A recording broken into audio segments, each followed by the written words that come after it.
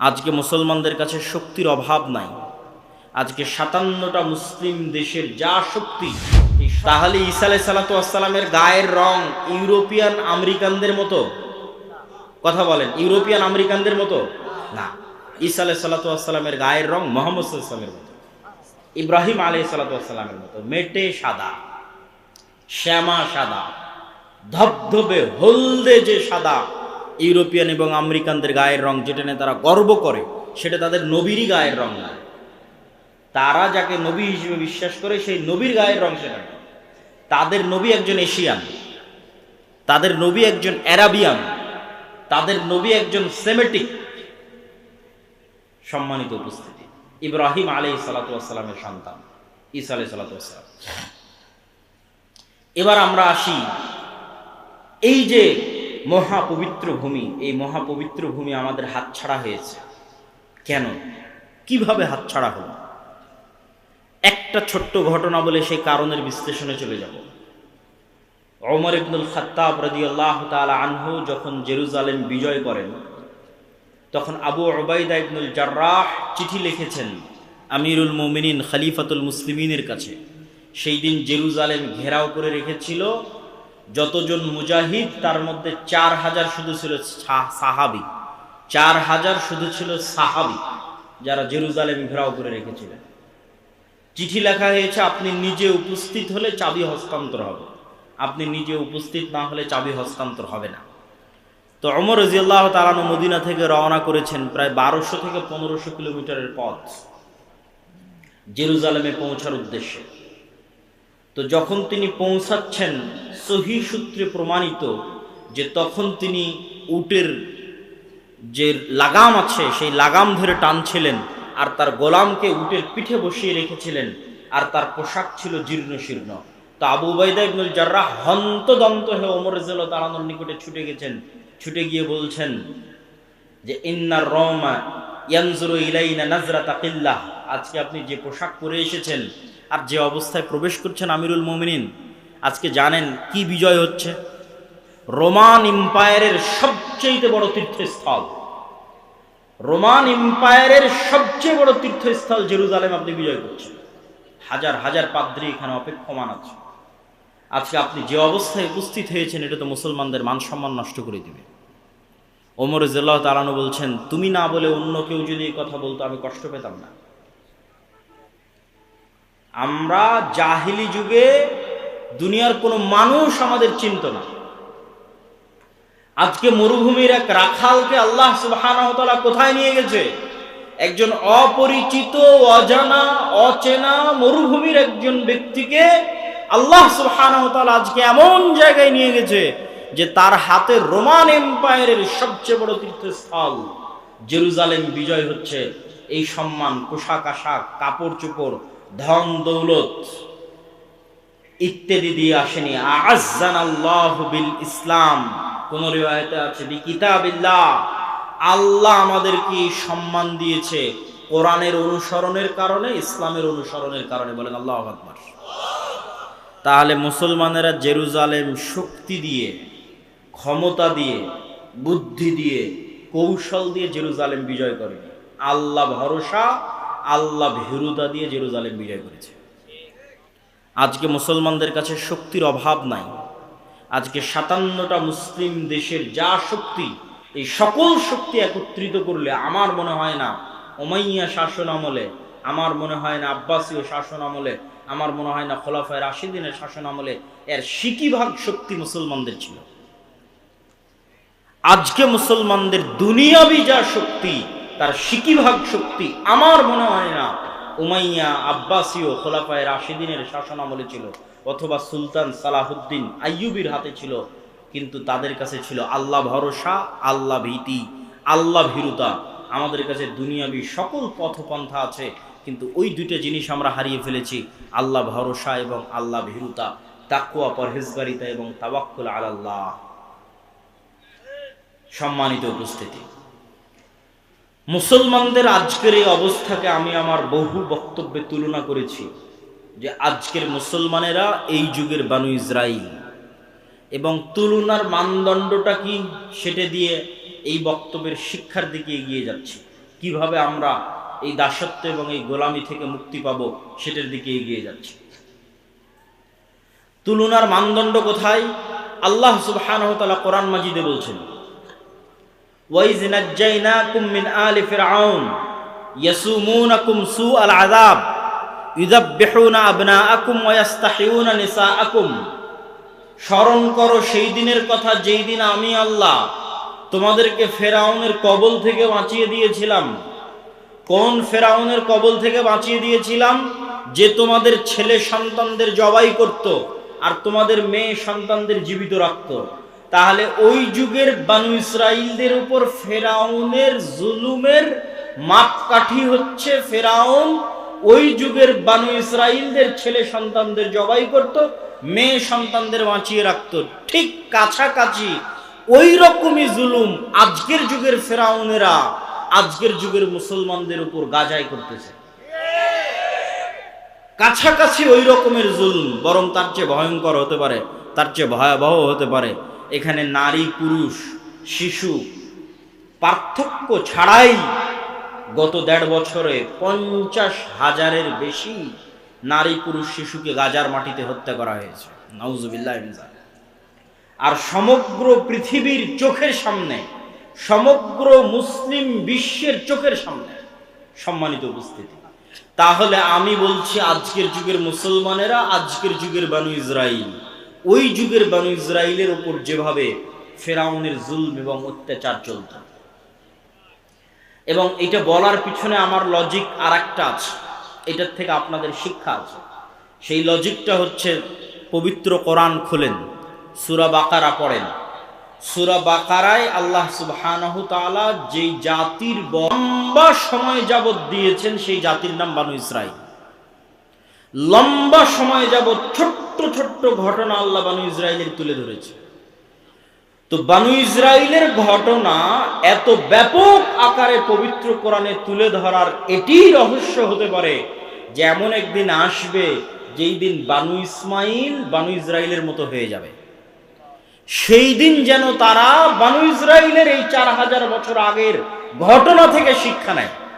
এই জন্য উম্মতে মুহাম্মাদীর শিক্ষার জন্য বানু ইসরাইলের এত লম্বা ঘটনা আল্লাহ সুবহানাহু ওয়া তাআলা কোরআন মাজিদে তুলে দিলেন, যেন একদিন আসতে পারে যেই দিন উম্মতে মুহাম্মাদীর অবস্থা বানু ইসরাইলের মতো হতে পারে। দুই একটা কথা কি বানু ইসরাইলের, তাহলে আপনি উম্মতে মুহাম্মাদীর সাথে মিলাতে পারবেন। বানু ইসরাইলের দুই একটা কথা হচ্ছে আল্লাহ সুবহানাহু ওয়া তাআলা কোরআনে সূরা বাকারায় যেভাবে তুলে ধরেছেন। আমি শুধু দুই একটা উদাহরণ দেব। বিস্তারিত আপনি সূরা বাকারাও পড়তে পারেন, বিস্তারিত আমার বই সমসাময়িক মুসলিম বিশ্ব এবং ফিলিস্তিনেও পড়তে পারেন। কি সেই ঘটনা? সেই ঘটনা হচ্ছে বানু ইসরাইলেরা চোখের সামনে দেখলো ফেরাউন ডুবে গেছে। চোখের সামনে নিজে চোখে দেখেছে ফেরাউনকে ডুবতে। কোন ফেরাউন? যে ফেরাউন তাদের ছেলে সন্তানদের জবাই করত, মেয়েদের বাঁচিয়ে রাখত।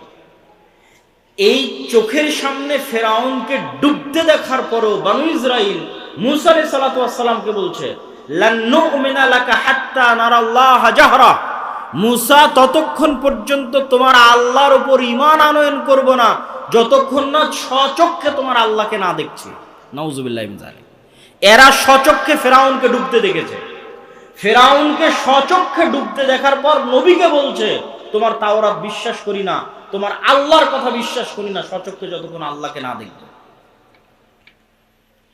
লোহিত সাগর পার হয়ে আজকের যে বিশাল মরুভূমি আছে, সিনাই মরুভূমি, এই বিশাল সিনাই মরুভূমিতেই মূসা আলাইহিস সালাতু ওয়াস সালাম বানু ইসরাইলকে নিয়ে ঘুরপাক খাচ্ছেন।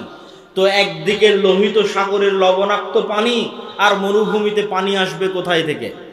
ওয়াইজ ইসতাসকা মূসা লিকওমিহি ফাকুল নাযরিব বিআসাকাল হাজার ফানফাজারাত মিনহু ইসনাতা আশারাতা আইনা। যখন মূসার কওম মূসাকে বলল পানির ব্যবস্থা করে দাও, তখন আমি মূসাকে বললাম, মূসা লাঠি দিয়ে পাথরে আঘাত করো। মূসা আলাইহিস সালাতু ওয়াস সালাম লাঠি দিয়ে পাথরে আঘাত করলেন। তখন বানু ইসরাইলের জন্য 12টা ঝর্ণা তৈরি হলো। 12টা ঝর্ণা কেন, কে বলতে পারবে? ইয়াকুব আলাইহিস সালাতু ওয়াস সালামের 12 সন্তানের জন্য, ইউসুফ আলাইহিস সালাতু ওয়াস সালামে সহ 12 ভাইয়ের জন্য। মানে ঘটনার ধারা হয়তো মিলাতে পারেন না, আমি সুন্দর করে মিলিয়ে দিই। ইব্রাহিম আলাইহিসসালাতু ওয়াসসালামের সন্তান ইসহাক, ইসহাক আলাইহিসসালাতু ওয়াসসালামের সন্তান ইয়াকুব, ইয়াকুব আলাইহিসসালাতু ওয়াসসালামের সন্তান ইউসুফ। এত দূর পর্যন্ত সবাই জেরুজালেমে আছে, মানে ফিলিস্তিনে আছে, আজকের মসজিদে আকসা এবং তার আশেপাশে আছে। ইউসুফ আলাইহিস সালাম কুয়াতে ভাইয়েরা ফেলে দিল, মিশরের বাজারে বিক্রি হয়ে গেলেন। তারপরে ইউসুফ আলাইহিস সালাম যখন বাপের সাথে মিলিত হয়ে গেলেন, তখন পুরো বংশ জেরুজালেম ফিলিস্তিন থেকে কোথায় চলে গেল? মিশরে চলে গেল। ইউসুফ আলাইহিসসালাতু ওয়াসসালামের 400 বছর পর মিশরে মুসা আলাইহিস সালাম আসতেছে। ইউসুফ আলাইহিসসালাতু ওয়াসসালামের 350-400 বছর পর ইউসুফ আলাইহিস সালামের ভাইদের বংশেই, ইয়াকুব আলাইহিসসালাতু ওয়াসসালামের সন্তানদের বংশেই 400 বছরে বংশ এত বড় হয়ে গেছে। 12 ভাইয়ের সন্তান, সন্তান তার সন্তান, তার সন্তান, তার সন্তান, সব নবীর সন্তান। যারা বলতেছে যে আল্লাহকে না দেখা পর্যন্ত ঈমান আনয়ন করব না, এরা ইব্রাহিম আলাইহিসসালাতু ওয়াসসালামের সন্তান, এরা ইউসুফ আলাইহিসসালাতু ওয়াসসালাম এবং তার ভাইদের সন্তান 400 বছর পর। যারা বলতেছে তোমার আল্লাহকে বলো যে পানির ব্যবস্থা করে দিতে, তখন আল্লাহ মুসা আলাইহিসসালাতু ওয়াসসালামকে বললেন লাঠি দিয়ে পাথরে আঘাত করো, তো 12টা ঝর্ণা তৈরি হলো। 12টা ঝর্ণা কাদের সম্মানে? 12 ভাইয়ের, 12 গোত্রের, 12 বংশের সম্মানে। এমনকি মুফাসসিরিনে কেরাম লিখছে, যখন মুসা আলাইহিসসালাতু ওয়াসসালাম সমুদ্রের লাঠি দিয়ে আঘাত করেন, তখন একটা রাস্তা নয় 12টা রাস্তা তৈরি হয়েছিল। ইয়াকুব আলাইহিস সালামের 12 সন্তানের 12 বংশধরের সম্মানে 12টা রাস্তা তৈরি হয়েছিল। তারা বলতেছে যে আল্লাহকে ততক্ষণ ঈমান করবো না যতক্ষণ না দেখবো। তাদের আরেকটা উদাহরণ দেখো তো, যেহেতু মরুভূমি, খাবারের কোনো ব্যবস্থা নাই, তো আল্লাহ আসমান থেকে মান্না এবং সালোয়া ব্যবস্থা করে দিয়েছে খাবারের জন্য। আর পানি, পাথর ফেটে পানি বের হচ্ছে মরুভূমির মধ্যে, পাথর ফেটে পানি বের হচ্ছে মরুভূমির মধ্যে, আসমান থেকে খাবার আসতেছে। তারপরেও তাদের সহ্য হচ্ছে না, তারা বলছে লান নাসবিরা আলা তুআমিন ওয়াহিদ উদউ লানা রাব্বাক। মুসা, এক খাবার, এই সকাল সন্ধ্যা একই মান্না সালোয়া, আর সকাল সন্ধ্যা পানি আর মান্না সালোয়া। মান্না সালোয়ার বিবরণ পড়তে গেলে আপনারা আশ্চর্য হবেন। আজকের পৃথিবীর সবচেয়ে দামি মাশরুম, যেটা কেজি বাংলাদেশি টাকায় 4 থেকে 5 লক্ষ টাকা, আজকের বাংলাদেশি টাকায় পৃথিবীর যেটা সবচেয়ে দামি মাশরুম, বিশেষ সময়ে বিশেষ কালে উৎপাদিত হয়, সেই মাশরুম আর বিশেষ এক পাখির গোস্ত হচ্ছে মান্না সালোয়া, যার 1 কেজির দাম বাংলা টাকায় 4 থেকে 5 লক্ষ টাকা। সেটা তাদেরকে জান্নাত থেকে দেওয়া হতো। তখন তারা বলছে লান নাসবিরা আলা তুআমিন ওয়াহিদিন, এক খাবার ভালো লাগে না, তোমার আল্লাহকে বলো এই মাটি থেকে আদা, রসুন, পেঁয়াজ, চাল, গম, ডাল ইত্যাদি উৎপাদন করে দিতে। তখন আল্লাহ সুবহানাহু ওয়া তাআলা বলছেন ঠিক আছে, এগুলো উৎপাদন করার জন্য তো শস্য, সবুজ শ্যামল জমি লাগবে, আছে আজও ফিলিস্তিন শস্য শ্যামল সবুজ জমি, প্রচুর পরিমাণে জাইতুন উৎপাদন হয় আজও ফিলিস্তিনে, তিন উৎপাদন হয় প্রচুর পরিমাণে। তো সেই জমি আল আরজুল মুকাদ্দাসা, পবিত্র ভূমি। কোন পবিত্র ভূমি? 400 বছর আগে এই পবিত্র ভূমিতে তোমাদের বাপদাদা ইয়াকুব, ইসহাক, ইব্রাহিম বসবাস করত। কিন্তু ইউসুফ আলাইহিসসালাতু ওয়াসসালামের কারণে তোমরা মিশরে চলে এসেছিলে। তার 400 বছর পর আজকে তোমরা এখানে, তো এই মাটি তোমাদের, তোমরা এখন সেই মাটি বিজয়ের জন্য যুদ্ধে অবতীর্ণ হও। তখন এরা সব নবীর সন্তান, তারা বলতেছে মুসা আলাইহিসসালাতু ওয়াসসালামকে, ইযহাব আনতা ওয়া রাব্বুকা ফাকাতিলা, মুসা তুমি আর তোমার আল্লাহ গিয়ে যুদ্ধ করো। নাউযুবিল্লাহি মিন যালিক। তাহলে খালি বনু ইসরাইলের 2-1টা ঘটনার উদাহরণ দিলাম, যেই ঘটনাগুলো আল্লাহ কোরআনে বলেছেন সূরা বাকারাতে। আমি 2-1টা করে আয়াত পড়েছি আর সেখান থেকে অনুবাদ করেছি। তাহলে এবার বলেন তো, নবীদের সন্তানেরা 400 বছরে এতটা সংকীর্ণ মনা, এতটা ন্যারো মাইন্ডেড, এতটা আত্মমর্যাদাহীন, এতটা আত্মসম্মানহীন, এতটা গোলামের স্বভাবে কিভাবে তাদের চরিত্র পরিবর্তন হয়ে গেল? আমি যখন প্রথম ইউরোপ যাই, তখন মূলত আমি এই হিসাবটা মিলাতে পেরেছি। ইউরোপে গিয়ে যখন দেখলাম, ইংল্যান্ডে গিয়ে যখন দেখলাম মুসলমানদের জন্ম নিবন্ধন, সার্টিফিকেট, পাসপোর্ট, ইংল্যান্ডে প্রবেশ, ইউরোপে প্রবেশ, অ্যাসাইলাম ক্লেইম করা, সেখানে কাগজপাতি রেডি করা, তারপরে সেখানে সরকারের কাছ থেকে বেনিফিট নেওয়া, বেকারত্ব ভাতা হোক, সন্তান সন্ততির ভাতা হোক, প্রত্যেকটা ধাপ অধিকাংশের মিথ্যার উপর প্রতিষ্ঠিত। মুসলমানদের।